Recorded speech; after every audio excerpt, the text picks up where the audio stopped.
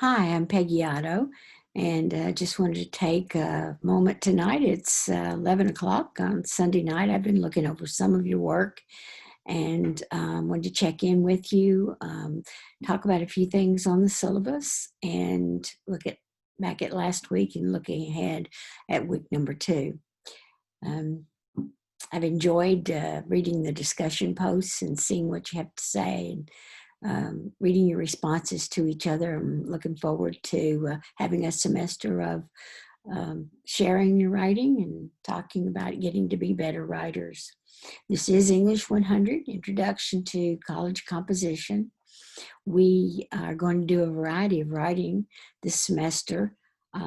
You may not have taken much time to read the objectives for the course, but I would like to reiterate what those objectives are because I've tried um, very hard to make sure that all of the activities that we do, the things that you write for this class, are designed to help you to achieve those objectives.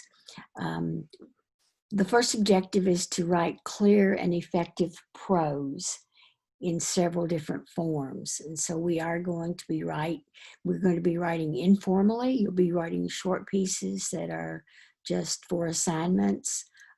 Practice your writing, build up your fluency in your confidence as well.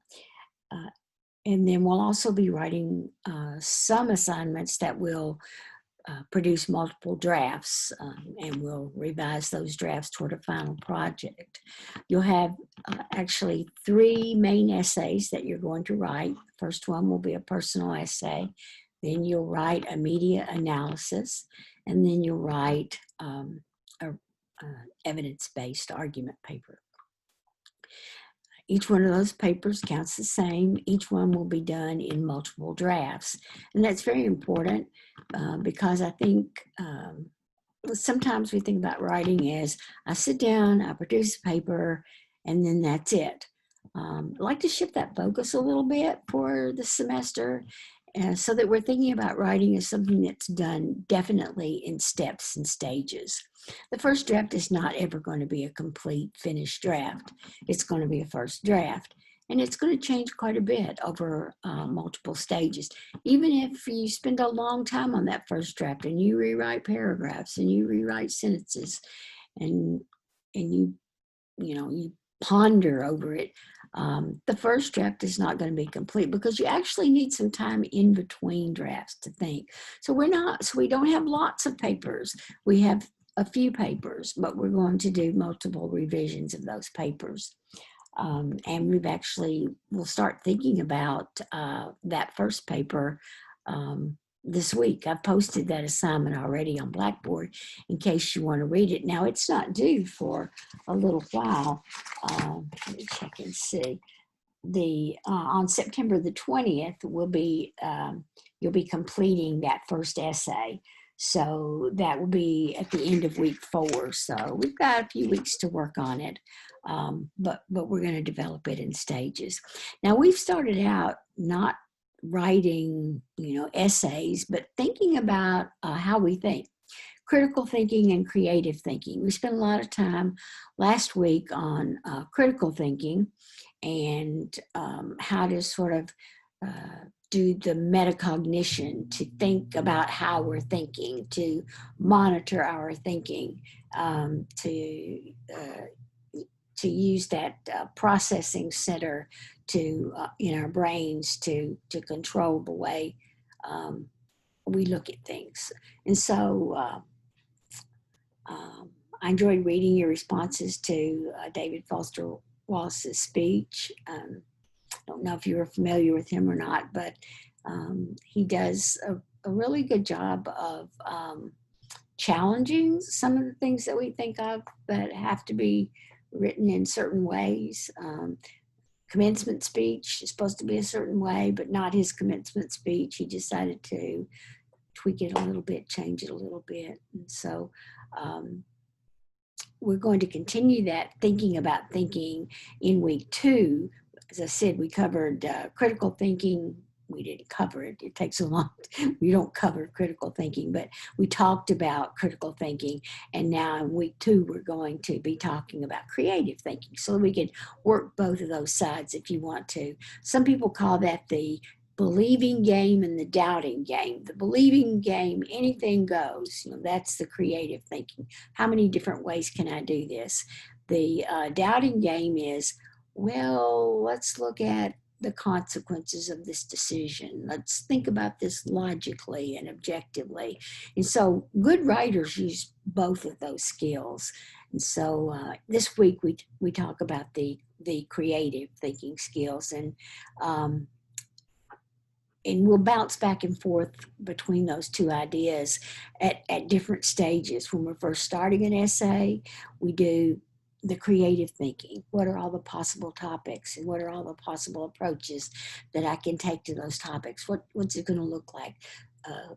Who am I going to write? And who am I writing to? Who am I thinking of as my audience? And am I going to write in the first person or the third person or the second person? Making those choices of all the possibilities of the different shapes that writing can take for us. So that's for the brainstorming stage. And then we start to gather some ideas, and then we begin to organize those ideas, and we get into a drafting stage. And so every step of the way, we go back from, okay, let me think about this logically, to, okay, let me break outside the box and think how else it might be, and just back and forth, inside the box, outside the box. And so that's why we start out thinking about our thinking. And I think I got a little bit off track there because I was excited about that. But going back to the learning outcomes, so writing clearly in a variety of genres, you're going to be practicing general writing skills that'll work for anything, but also specific writing skills for specific types of writing, such as personal writing or argument writing or analysis. And then we're also going to experiment with using primary and secondary sources. We're going to look for evidence. We're going to learn how to incorporate evidence when we're trying to create an argument. So we're going to learn how to do a little bit of research. It's not a research heavy class, but we're going to learn to do a little bit of research in sources and figure out how to interact with those sources and how to use those sources together. I think there's one sentence from the objectives from the course learning outcomes that I think is going to be important for this class, and that is to identify, analyze, and evaluate statements, assumptions, and conclusions. Okay, so to identify, analyze, and evaluate statements, assumptions, and conclusions. So there's the reading part. Some of our writing is going to be response to reading. So by analyzing and evaluating what people are saying, is this a fact? Is it an assumption? Has this writer drawn a conclusion? And if so, based on what evidence? So we examine models of writing, and then we learn to step back and analyze our own writing based on what we've learned by examining the models. And we learn to construct informed, sustained, and ethical arguments. And I like those 3 words: informed, so that we have to stretch. We may have to do a little research. We have to stretch a little past that, what immediately comes in the first draft. We stretch that to make an informed and sustained statement or argument. And then, of course, to go through all the stages of the writing process. We practice all those stages, everything from planning and organizing to going back to that final stage and proofreading it. So in general about the course, one of the things I wanted to point out was that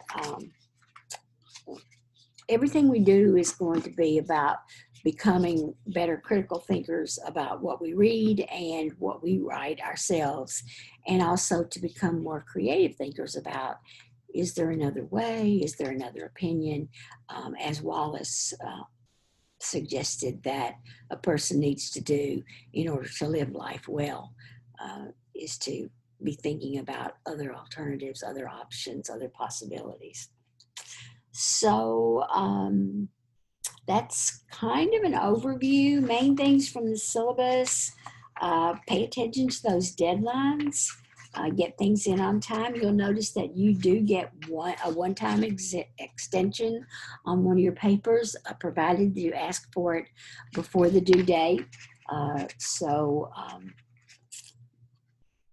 just be aware of that. But otherwise, papers need to be turned in on time. They need to be formatted appropriately. We'll be doing some little bit of work with editing. If I see any special kinds of errors that keep coming up, if there are certain grammatical mistakes that are keep being made, then we'll may do a little bit of grammar studying depending on what I determine that the class needs. Will increase your vocabulary, right? You can't write without words, so we'll focus a little bit on learning new words. That's why in the quiz over Wallace, I focused on the words didactic and banal and platitude, because building the vocabulary gives us more stuff that we can write with. We have more words so that we can make better choices. So trying to increase the repertoire of our vocabulary, learning how to put sentences together more skillfully. So we will get down to some of those more finite skills as well. So that's to remember. Getting the work in on time. Also, know that you can contact me if you are struggling with some aspect of the class, if you're having trouble with some aspect of your writing, then I can have a face-to-face with you by Zoom, just like I'm doing here. And mainly I'm holding office hours Monday, Tuesday, Wednesday, Thursday, 9:30 to 10:30. If you want one of those hours to have a one-on-one, if you'll send me an email early that morning, by 8 o'clock that morning, that you want the appointment, and in your subject line of your email, say appointment requested. That way I'll know to get right back to you and to make sure that we can get together. Teaching online is a little bit different. Going to class online is a little bit different, but we can still have connections. We can still be available. I can be available to you, and you can reach out and contact me so that you don't feel like you're out there all alone. And I'm glad to do that, as long as you give me notice so that I can be prepared. So, and a few of you have been having some technical issues. I can help you troubleshoot those. I'm not an expert at this technology. I'm kind of learning as you're learning. I'm learning how to use these different tools, having a good time with it, really. I've always enjoyed teaching face-to-face, and now I'm learning some new toys. I'm learning some new tricks to do. So I'm having fun with that, but it won't always work out exactly right. And so I'll count on you to keep me posted with, well, I can't find this, or this link looks like it's broken. So you be sure and give me that feedback too, because this this semester is the first time I've taught totally online classes. So I'm building my skills and learning about that too. So looking ahead at next week, I've got several things already up for you to get started on. Of course, I've mentioned that you can read the instructions for your first paper that'll be due in 3 weeks. I've also got some things for you to watch on creativity. I've got one fun video where you can practice your creativity, and we'll share the results of those for fun. We'll be reading some models of a personal essay that are written from in a little bit different style. They're not written like personal narratives. They're not written chronologically And so they're a little bit different. I wanted to give you some models to think about how you can write the personal essay that's not just that personal narrative that you've written probably so many times before. We want to make this one a little bit out of the box for this first essay. Um, I like I like making assignments that I want to read, asking you to write things that I will enjoy reading, and you'll be sharing them with your classmates too. Um, so that's pretty much next week where we've been and where we're going. We're going to just build those writing skills and be looking ahead toward those assignments. The personal essay, and then we'll be doing a media analysis will be next, where we're going to put on our critical thinking hats and look at some advertisements and other forms of media and think critically about what they're doing, who are they trying to convince and of what, and how are they doing it, so that we can understand. Media manipulates. That the goal is to try to understand how the media manipulates us, and we'll do that by analyzing, by looking closely to look at all of the different strategies that people who want to convince us to buy something or to do something, all the different strategies that they can use to try to manipulate our opinions. And so by understanding the rules that they play by, then we can be a little more in control of our reactions. So that'll be the media analysis. The argument paper will be coming up then last, and we'll work toward that and start to think about some topics after the middle of the semester.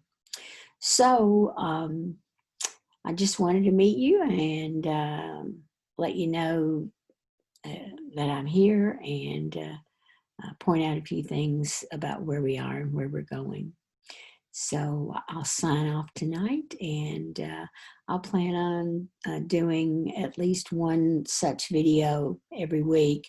And then there will be some times when I'll create some video lessons or video lectures for you as well. So I'll look forward to meeting you on Blackboard.